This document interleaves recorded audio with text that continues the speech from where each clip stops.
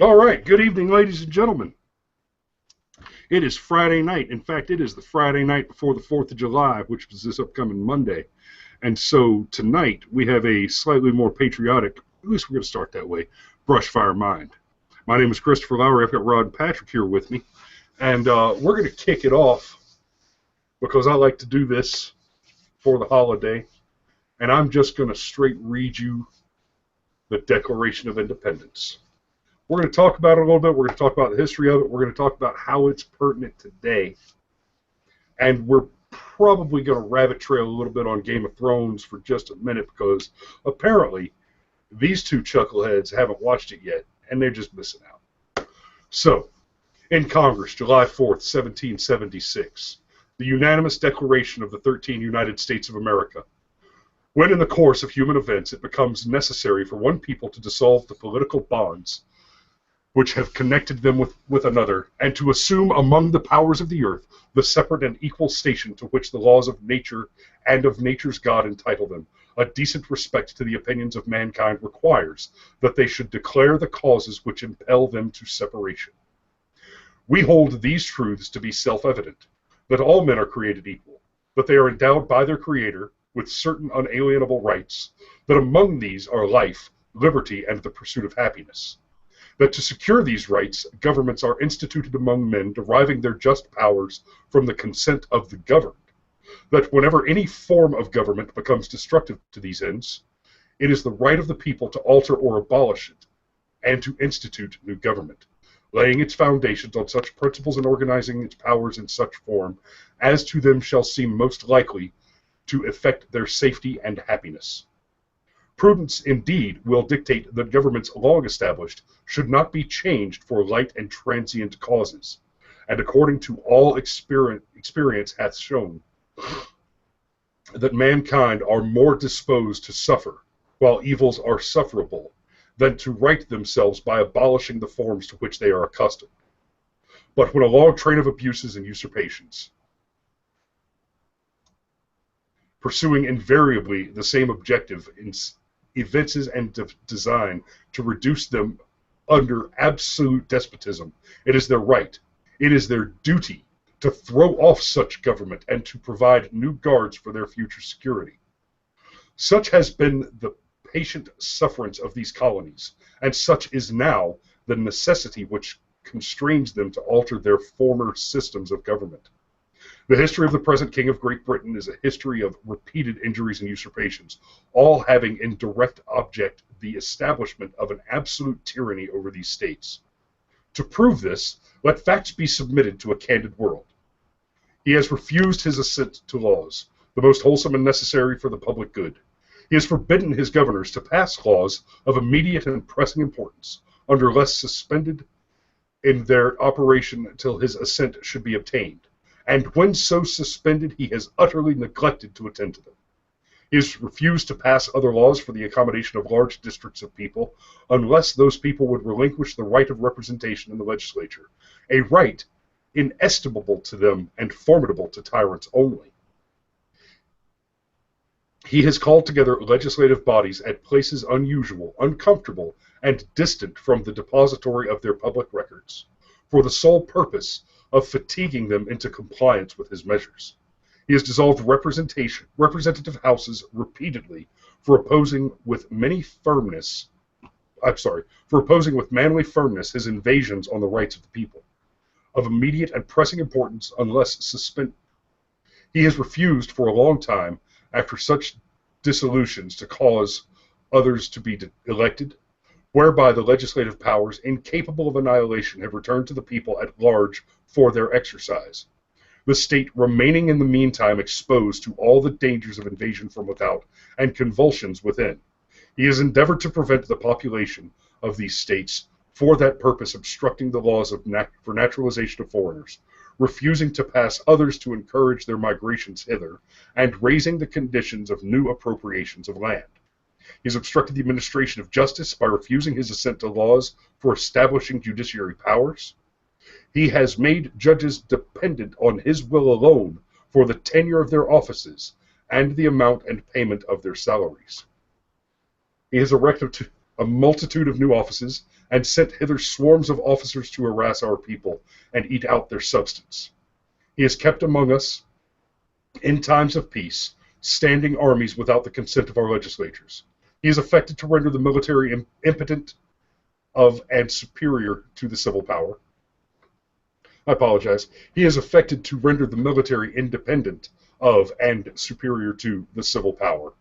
He has combined with others to subject us to a jurisdiction foreign to our Constitution and unacknowledged by our laws, giving his assent to their acts of pretended legislation, for quartering large bodies of armed troops among us, for protecting them by a mock trial from punishment for any murders which they should commit on the inhabitants of these states, for cutting off our trade with all parts of the world, for imposing taxes on us without our consent, for depriving us in many cases of the benefits of trial by jury, for transporting us beyond seas to be tried for pretended offenses, for abolishing the free system of English laws in a neighboring province, establishing therein an arbitrary government, and enlarging its boundaries so as to render it at once an example and fit instrument to introducing the same absolute rule into these colonies, for taking away our charters, abolishing our most valuable laws, and altering fundamentally the forms of our governments,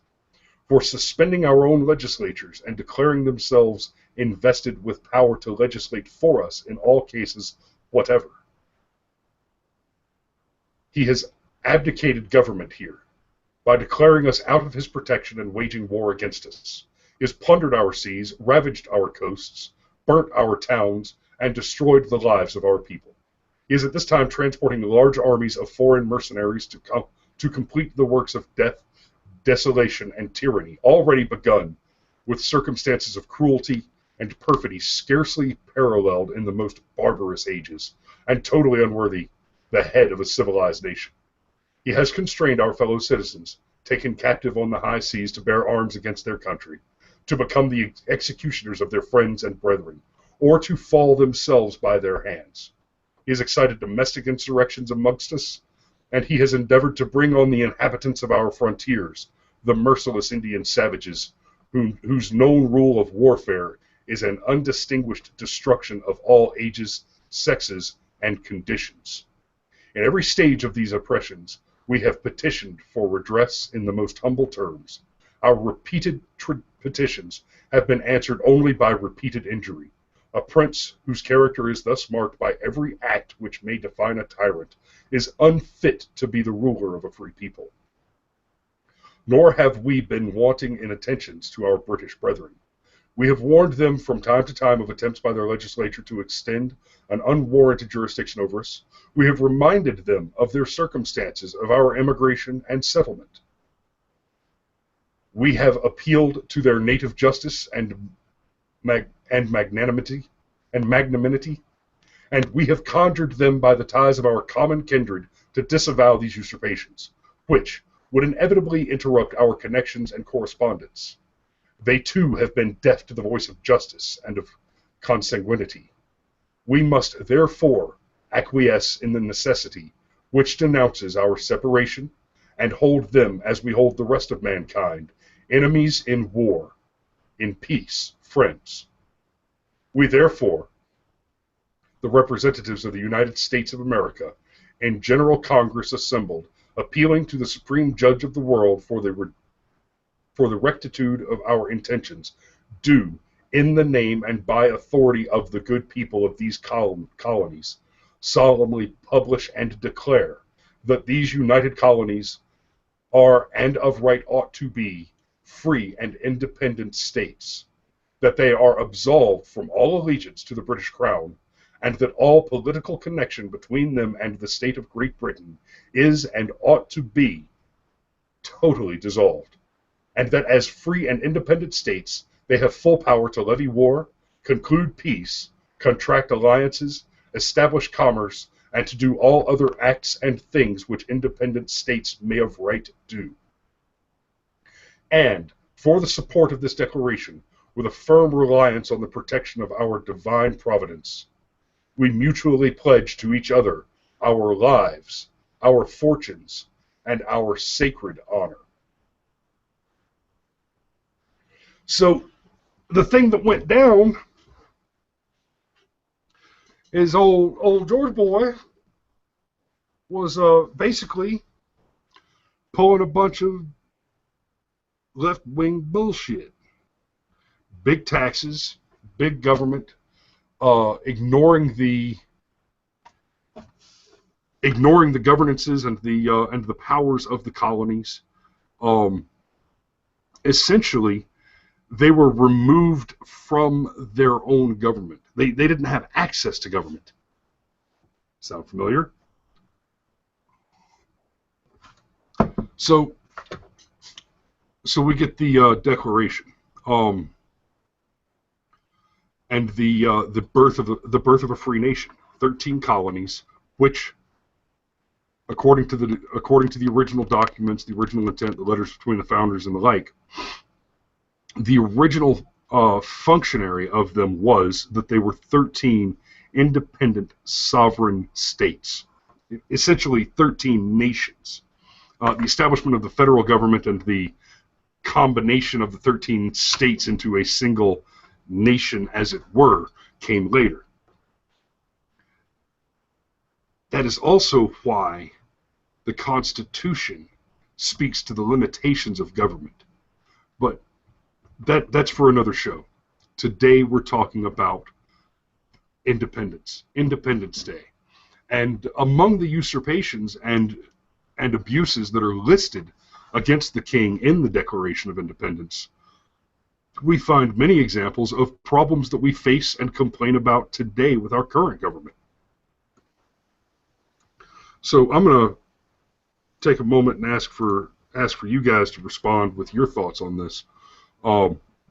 Just talk to me a little bit about the Declaration and about the idea of state sovereignty as enshrined by the 10th Amendment. Well, that actually drops into the first thing that I was going to ask, because you did read about the whole part where, independent sovereign states, like you said, essentially 13 individual sovereign nations, not the actual United States as we have come to know it. Under that, would those 13 original colonies still have the pull, as laid down by the Declaration and the Constitution, the right to still secede from the Union? That's interesting that you should mention that. I've been looking at some opinions from a few scholars recently, because right after the Brexit vote, Twitter just caught fire with hashtag Texit, that people suggested Texas should secede from the Union. As a point of trivia, that anybody who keeps up with any kind of trivia, especially political, the Constitution, the state constitution of the state of Texas, is the only constitution in the United States which has its own built-in provision for secession. Yep. So the original construction of the United States, we began with the 13 colonies, which did indeed begin as 13 sovereign states. A few of the other states were added before Texas joined the Union, but when Texas joined the Union, Texas was already an independent sovereign state, which then incorporated into the Union, sought statehood and sought admittance to the Union. The only other state that did so similarly is Hawaii. Hawaii was a sovereign nation which sought admittance and was admitted to the Union. They're the 50th state. They're the last official state. Puerto Rico, U.S. Virgin Islands, blah, blah, blah, they're not states. They're protected territories. Right. They're not states. They cheat, basically. They get all the benefits of being states without any of the burden of. They pay some taxes, but they're cheating. We should make them states and make them. The next time Hillary starts crying about fair share, ask her about U.S. Virgin Islands, Samoa, and Puerto Rico, and any of those. If they're gonna get money from us, they should be paying. They should be paying at least the same level of taxes we are, if not more, because their defense and maintenance requires a great deal more cost than any of the contiguous United States. The lower 48 are much less difficult to deal with because you don't have to involve a carrier blue water navy. Right. Now, so you got the 13 originals, Texas and Hawaii were all sovereign states before they joined the Union. Right. Everything else is subsidiary of the federal government. Right. All of the others were acquired into the Union and then made states through either trade or war. Right. So every other state in the Union was added by the federal government to the Union. And that's actually, we should examine that historically and consider that the addition of those lands by the federal government through tax dollars excised from the original 13 states plus Texas, and utilizing military force subsidized and provided via the militias of the individual states prior to the general establishment of an actual United States Army, it is perfectly reasonable to argue that the federal government owes the original 13 colonies and probably the state of Texas as well a certain debt of use on those uses. But it also makes a pretty solid legal precedence claim that any of the 13 original colonies, the state of Texas and the state of Hawaii, certainly retain the right and the power to secede, but the other 30, it could easily be said that the other 35 states do not have such a privilege because of of the legality of the manner of their admittance to the Union. Speaking of, so much of the public domain is out west, right? And when they're bringing those states in, I've read some of the documentation for that. They didn't really bring those public domain lands into the state of Arizona, for example. It was separated. Okay, we're talking about the Declaration of Independence, right? Yes. And so I was going to pop in. What's the big beef, right? What half the people weren't upset, right? The other half were very upset, and I'm going to cite the Proverbs 3:31. It's from the Bible. It's fine, Old Testament. Envy thou not the oppressor, and choose none of his ways. Now, if you wanted to have a nice long list of all the different kinds of ways that an oppressor might use, one of your best source documents is going to be the Declaration of Independence, where they went through and enumerated these things, right? He was doing about everything that a kingly oppressor might do, short of just being completely insane. Yeah, he was basically the baggiest of the shitbags. Now, we know that this particular king was insane, right? Mm-hmm. In the madness of King George, right? Let's see, I went looking up the word oppression, because our government's, the whole thing is based on oppression. It's a noun, the exercise of authority or power in a burdensome, cruel, or unjust manner. An act or instance of oppressing or subjecting to cruel or unjust impositions or restraints. The state of being oppressed, right? The feeling of being heavily burdened mentally or physically by troubles, adverse conditions, anxiety, etc. And when you get to floating down to the antonyms are kindness and justice, okay? So oppression is what the Declaration of Independence is about. That's why these people rebelled.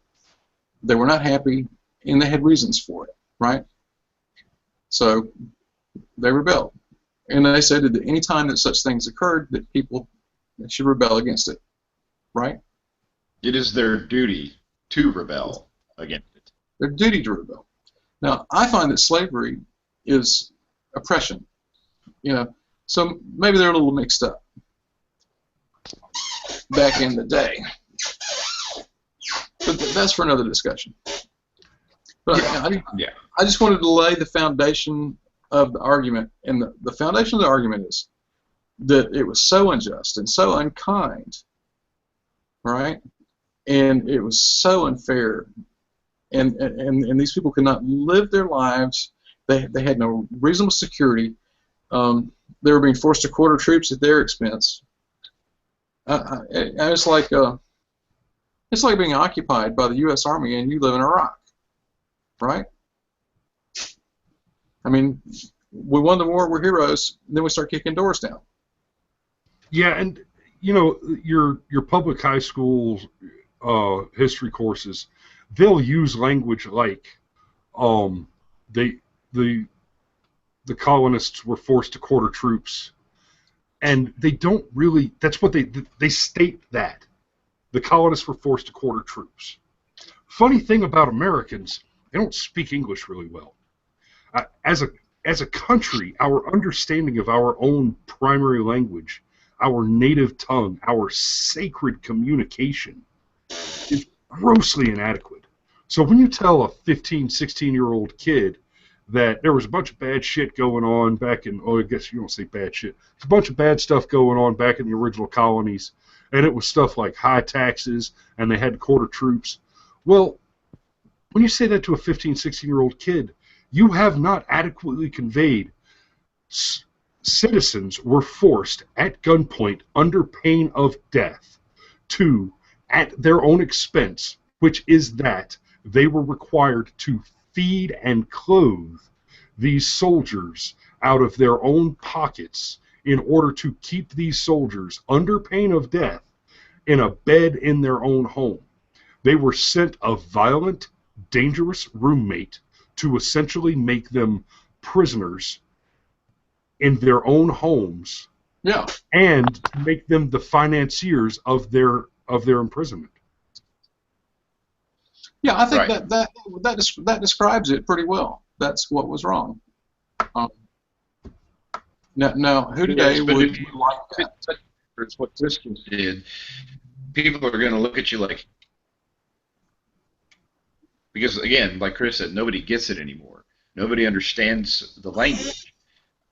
Your general high school student, you're just run-of-the-mill high school student, you sit them down and you tell them to read the Declaration, they won't make it past the first two sentences going, what does that mean? Right. Oh, parenthetic. Just let me interrupt for a second. I'm going to try and feed this to other people to look at. So let's really do make an effort to keep the language more mundane. I think we've been doing a pretty good job of that of late. Right. Well, you know. Yeah, our earlier work was a little more rough and vulgar. Well, I'll tell you what. Well, I like it down and dirty too. You know, when you can pound the table. This one's going to be just. Okay, here. I want you to watch what I do here.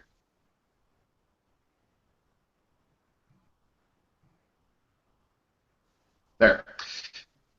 I muted myself so I could.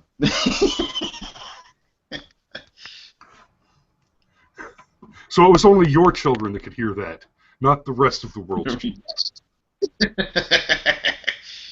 So go ahead.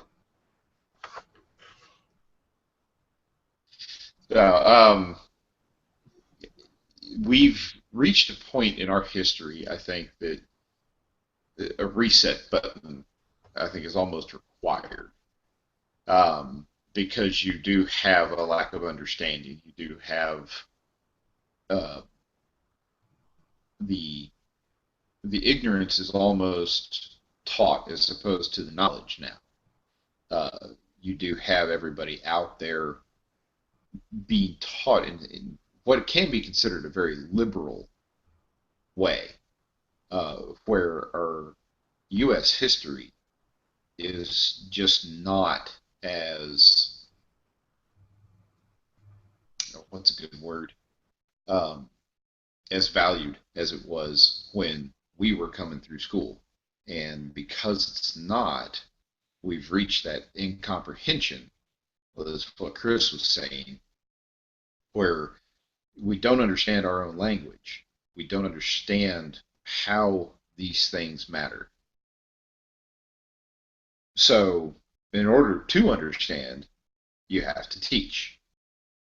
And obviously, schools are not going to be getting this very much. Schools are not going to be exercising students' minds in such a manner as to make them as informed as possible. And that's kind of where a lot of the problem lies. If you're not bringing up the next generation of voters, the next generation that's going to be leading this country in a manner that is respectful and knowledgeable of its past, then, as the adage goes, you are condemned to repeat the mistakes.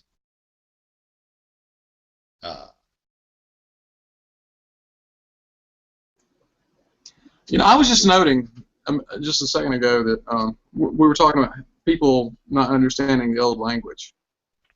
Well, all these church people have been floating around reading the King James Version for a long time. They brought their kids up reading that version.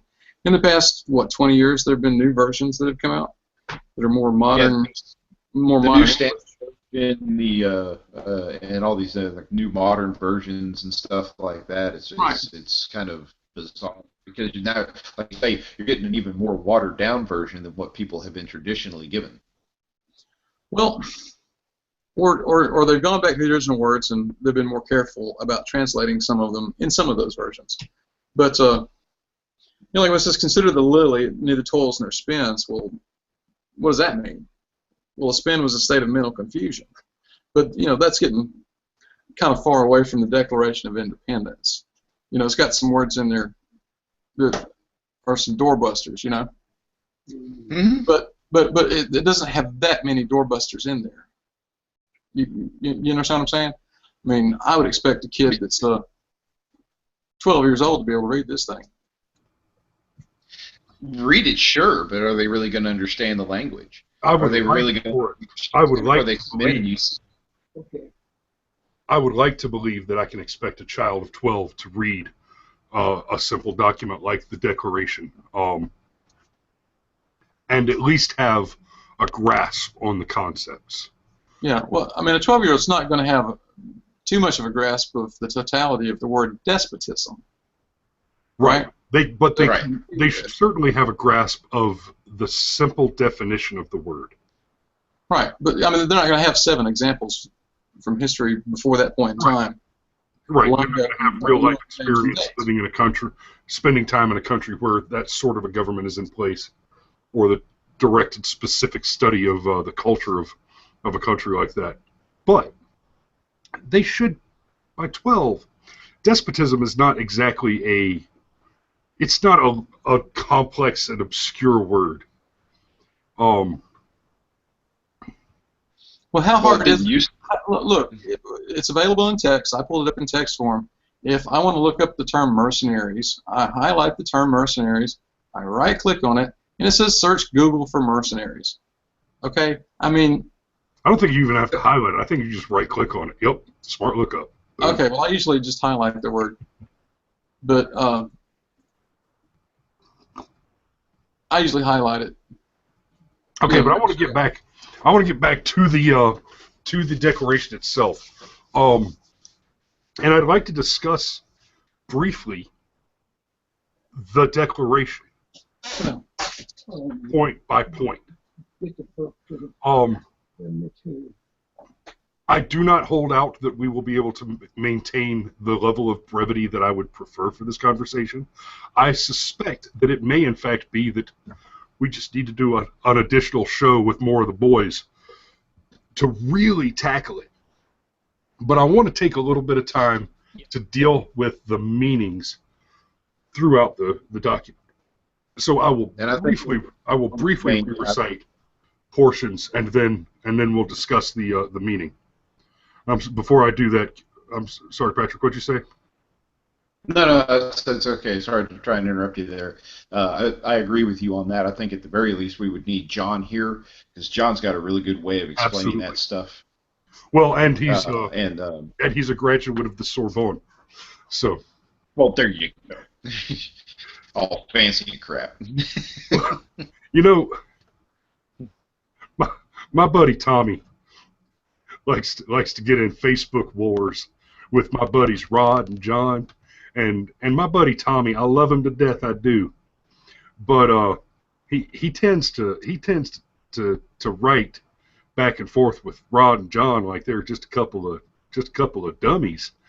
And I've even seen him make some comments about his age and life experience. And the first time I saw that, I thought, brother, Rod is 20 or 25. Well, no, 20 years your senior, as is John, and Rod is a book reading fool. And then you got John. John is a graduate of the Sorbonne in Paris, has sat the bar in 5 separate states, and when he was nearly 40, decided, you know what? I'm going to go into military intelligence and kill terrorists for a while. I think it'll be fun. I think it'd be fun too. Speaks Where will I sign up? John speaks nearly as many languages as I do. He doesn't have a gift for language the way I do, but he definitely has acquired several of them. We're talking about old round-eyed white boy, old round-eyed bald white boy can squeak out some of them toothpicks and Oreos that we like to call Korean, and he's also versed in French and Spanish. You talk about a sharp son of a bitch. Yeah, there we go. I'm gonna get you. Now look at here. Just 1 second. Y'all talked all that. Oh, and this bald man this scary, goofy, crazy, evil, mean old bald man right here is a piano playing fool. Yeah, I got people telling me I need to hit the record button. They're correct. One of the first books that I read seriously after college was the Benjamin Franklin, a big old book, right? And the value of self-education. I took that to heart. I was like, you don't have to have piano professors, and you don't have to have economists and people like that teaching you after a certain point. You're supposed to learn on your own at a certain point. You're supposed to be self-motivating, and you're supposed to make your own discoveries, and you're supposed to add to the literature, or you're supposed to add to the knowledge, right? And you got to have enough faith in your ideas in order to make them congeal. What is a composer other than someone who improvises and remembers what he improvised long enough to write it down? You see? Yes. Now that's kind of a strange way of looking at things, but on my page there are a lot of people who are very intelligent on my Facebook page, and that's just because one day I went and took an IQ test and I got a score that surprised me based on how everybody was treating me in my real life. And I sat and reflected upon this hazing and harassment that was totally unjustified, and I thought, well, okay, crabs in a barrel, right? It's an oppressive tactic. We're talking about oppressive tactics here, right? They don't want someone who's supposed to be in power to be in power. They have other preferences, these populations. And, subsequent to the Declaration of Independence, the Founding Fathers, set forth the Electoral College, right? I mean, they're sitting here saying, we got a crabs in a barrel problem, right? I mean, the reason I'm mentioning Electoral College is because, we are discussing about educational deficiencies, right? And the remedies of those. And for some of them, there are no remedies. There's no way to remedy some of these deficiencies which exist. There's no abatement, right? Yet these folks have voting rights, right? So some folks say that they're low information voters. Well, they don't want to have any information, right? Or they would go after it. It's not part of their mission statement, shall we say. Okay, so folks graduate from high school, and how many books do they read after that? Bong. Yeah, they worship the bong after that point. If folks graduate from high school and they go to college, and then they worship the bong. How many books do they read after they go to college? How many books do they read while they're in college? Cliff's Notes and Dante's. What was the other one? I know Cliff's Notes. There's 3 or 4 other publications that are similar. Are absolutely robbing the brains. Well, I mean, to get a college degree, you're going to have to take 6 classes a semester to get your 18 hours. Is that it, or 5 classes a semester? 5 classes for 2 semesters. That's isn't that right? That's 10 classes a year. I'm doing full time. When I'm in class, I do 4 classes a semester for 12 hours. That's 12 hours. Okay, well, I was going to do 5 because the math's easier, right? Yeah, the math's easier on 5. I agree. No, it's not. It's the same damn math. 10 classes a year, 4 years, 40 classes, 40 books. Take some percentage of those classes and add another book or 2 in. You're getting a college degree on 50 books. Undergrad. Right. 50, 60 books, that's all you've read. Right? Right. Most of it's textbooks, which are what? Derivatives? They're derivative of the real deal. Well, let me tend to him for a little bit. Yes, sir. Handle that. And we will talk about. Well, you love reading me some books. I'm a book reading fool, and I kind of got that from Rod. I met Rod a long time, many years ago. He and I used to, when I was in high school and also working 30 to 40 hours a week, I would pop off of work in the evenings. I was managing pizza joints, and I was working as a butcher at a barbecue joint for a while, back and forth, those kind of jobs when I was a kid. And I'd pop off of work in the evenings and go to the Waffle House on the corner, and I'd wash the dishes from their dinner rush shift in exchange for a steak dinner almost every night for a couple of years. It's pretty excellent. And God love. pretty pretty often I'd catch Rod in there late at night, and he'd show up after he'd been in the courthouse flipping papers all day, and he'd either be sitting down drinking a cup of coffee and rubbing his bald noggin, doing one of these,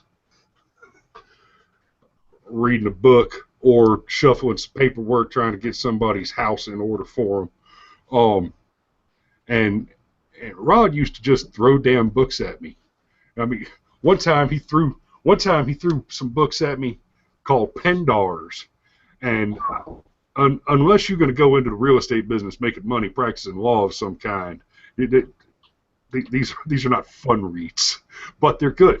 I do remember being deeply amused when I learned that in the state of Georgia, you do own 75 feet of airspace above your roof line, into which you can fire ordnance to defend from aircraft.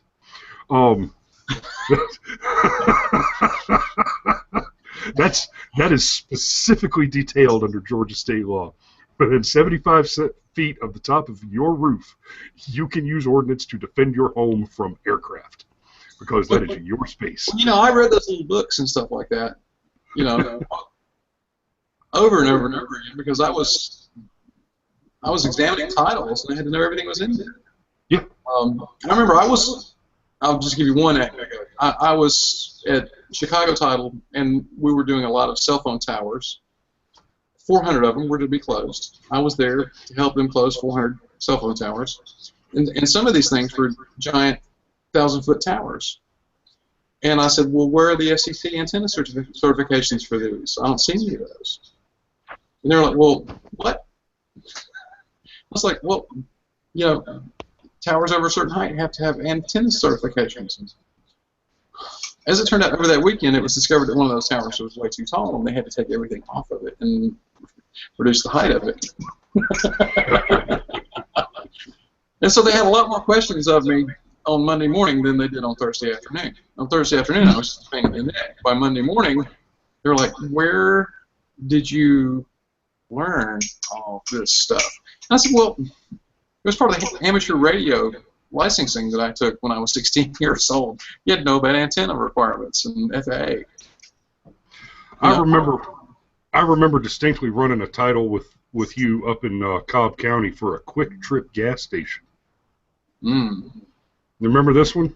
Not yet. Keep going. Okay, so Rod and I ran title on this Quick Trip, and I found some stuff about how there used to be a landfill of some sort on the property where they was going to build this Quick Trip, and that meant that there were more requirements that hadn't been satisfied. They had to do something about the dirt, about the landfill dirt. So there were all these environmental hazard warnings and requirements and this, that, and the other thing. And so the official opinion letter that we generated on that one said, nope, you cannot legally build on this property until you have satisfied this list of requirements. And we did the research, put together the case, brought together all the evidence, buttoned it up in a file with the typed letter, and Rod signed it and sent it off to the lawyers who were supposed to send it off to whoever. It said, no, you can't build this building until you do X, Y, and Z. Right. And then we got in a pick-em-up truck and headed back to the house. And on the way back to the house, we drove by the site where they were getting ready to build that Quick Trip. And it was built. The damn gas station was built. The building was completed. The parking lot was the only structure work that hadn't been done yet. The pumps were in place on an unpaved parking lot into which they were in the process of installing the gas tanks that would feed the pumps. So they were putting those into the ground, getting ready to grade the ground and come back and put in the parking lot. I mean, the building, basically the whole project was a parking lot and shelf stock away from being completed and open for business. And we were sitting there saying, you cannot build here, let alone have built here. Well, I don't think we ever knew what ended up happening to him after that, but we did our piece. We turned in the paper. I guarantee you, somebody glossed over that one. Now here's one. I'll give you one more. This one was an environmental thing. Probably didn't matter, but an AME church was going to build their church in Fairburn, Georgia, and I was like, yay! And they used to give me titles to run for churches and stuff like that. Yay, because I do it for free. Yay! And I get down in Fulton County, and you know how we'd look in the different tax map books for the different generations. There were 4 generations, 5 going back. The books were getting shredded. And it was a shortcut to get you back in time. And so I pull up the thing from the oldest book, and the road leading up to this property in Fairburn that was going to be sold to this black AME church was a city dump road. And I just stopped working right there. I called up the lawyer and said, they're going to sell you the old city dump, huh? For you to put the church on. Why don't you ask these church leaders if they really want to build their church on old city dump property? You know, somebody's laughing at them. Now, oppression, you know, the real estate laws and stuff like that, what you can own, can you even own something? Right? It gets weird real fast, you know. And within the indigenous United States, at a minimum, as long as there is a property tax, the dereliction of which can cost you the retention of your property entirely, then no, you cannot own property. Amusingly, in the state of Hawaii, unless you are a native-born Hawaiian, you cannot own the property. If you buy a house, if you old white boy Army soldier been stationed at at Schofield Barracks or Fort Shafter or Pearl Harbor or something, and you decide you're going to take your pretty little wife and go buy you a house out on the town in Kaimal Key or Waipahu. I lived in Kapolei.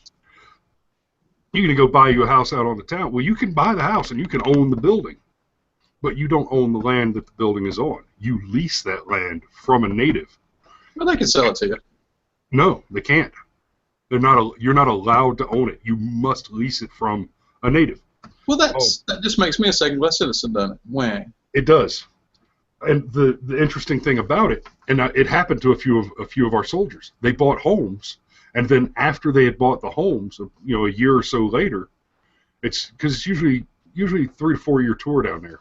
And we have a lot of people that will do whatever they have to they'll re-enlist for special consideration, you know, get it signed in the contract, whatever they do to stay put. Because I mean, being stationed in Hawaii is a pretty sweet deal, especially if you get to go to Afghanistan and do a little war from time to time. But we had soldiers buy houses, and then after they've been in the house for a year or two, spent some money on renovating the house, were invested, were starting to think about what equity was going to look like in the future going forward, how they were going to try and make a little profit selling the house when they got their orders to move to another place. And then all of a sudden, here come the native landlord. Hey, you have 30 days to vacate. I've just sold the property, and they're going to bulldoze your house. I own this house. You can't. Nope, sorry. My land. We're putting a strip mall here. So, essentially, the power of public domain, the power of eminent domain in Hawaii belongs not only to the government, but also to the native Hawaiians. And that doesn't mean that your mama and daddy live in Hawaii and you're born in Hawaii. I mean, it's an ethnic rule. You have to be ethnically native Hawaiian. Well, that ain't no good.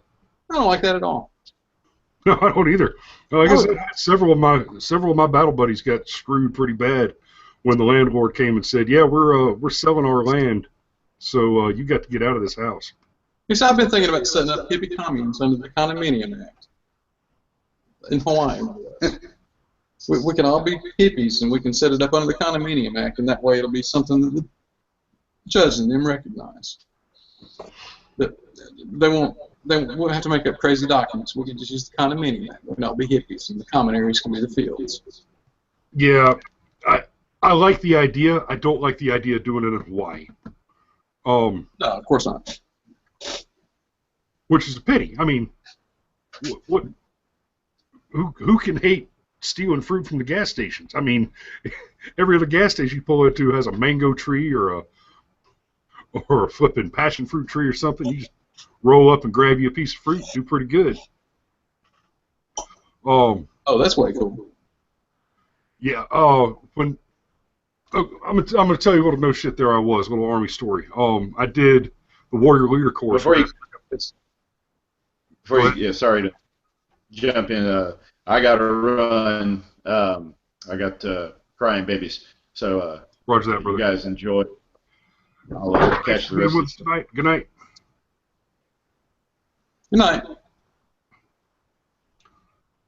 So I did the Warrior Leader course when we did our land navigation piece. We get out there, and we had our MREs, our meal ready to eat packs, packed in our rucksacks so we could have those for lunch. But we get out in the woods in Hawaii, and we picked our spot where we're going to have lunch. And we didn't really open a whole lot of those MREs. We had our bottles of water with us. We drank those, and then instead of opening MREs, we just started pulling mangoes and papayas and passion fruits off of the trees in the damn woods out there, and had that for lunch. Because I mean, we were gonna have hot chow that night, so why not? We just had that fresh fruit. It was fantastic. That reminds me of the episode of Gomer Pyle when the sergeant and Gomer went on survival training. And I didn't see that. The sergeant was teaching him how to dig a hole to get the water, and Gomer found the lake. The sergeant was going to show him how to, trap something to eat, and Gomer caught a bunch of fish. They gain weight on survival training, and they go back to the base, and everybody's accusing them of wrongdoing while they were on survival training. Everybody else is emaciated. They didn't do very well. So he had Gomer with him. Gomer's kind of used to being out yonder, you know what I mean? Yep. Hey, surprise, surprise, we're going to eat. And you gave him everything he needed to be able to go get some food, and he just knew how to do it. That's like Patton's army was populated with people that like love to fight. You know, what kind of fellas is in that army? Well, and on that note, before we call it a night, I'm gonna close the show out. But I want to say this about our men and women in uniform, about my brothers and sisters that still wear the uniform like I used to, and I miss the fight. I do.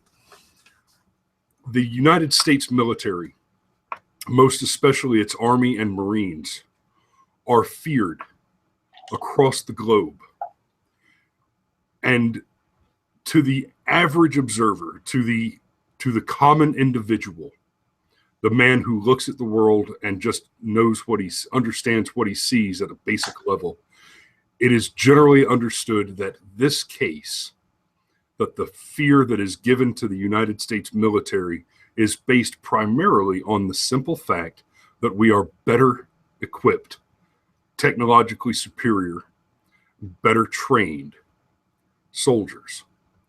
All of these things are true, but they do not speak to the core of what makes the American warrior a great warrior.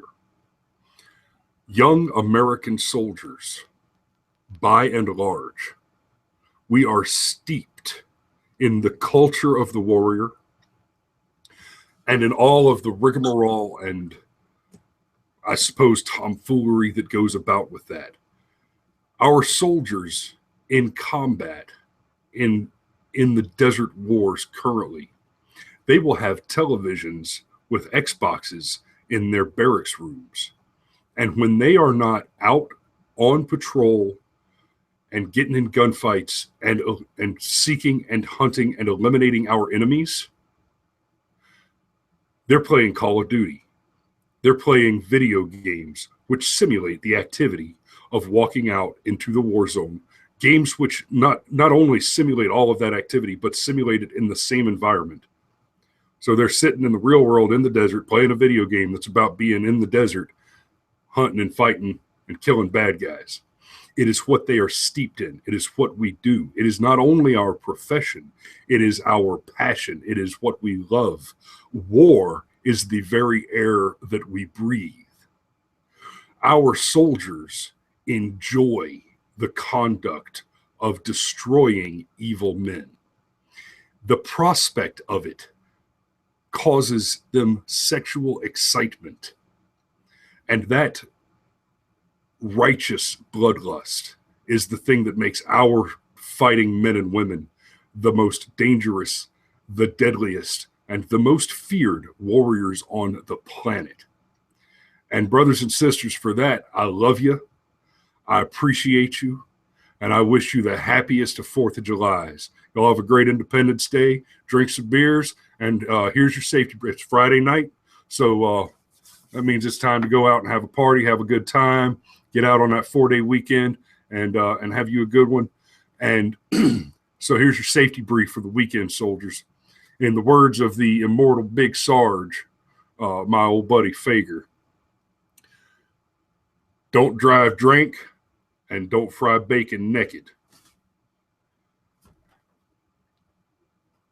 So with that, I'm going to close the show. Remember, if you build a man a fire, you'll keep him warm for the evening. But if you set a man on fire, he'll be warm for the rest of his life. Good night.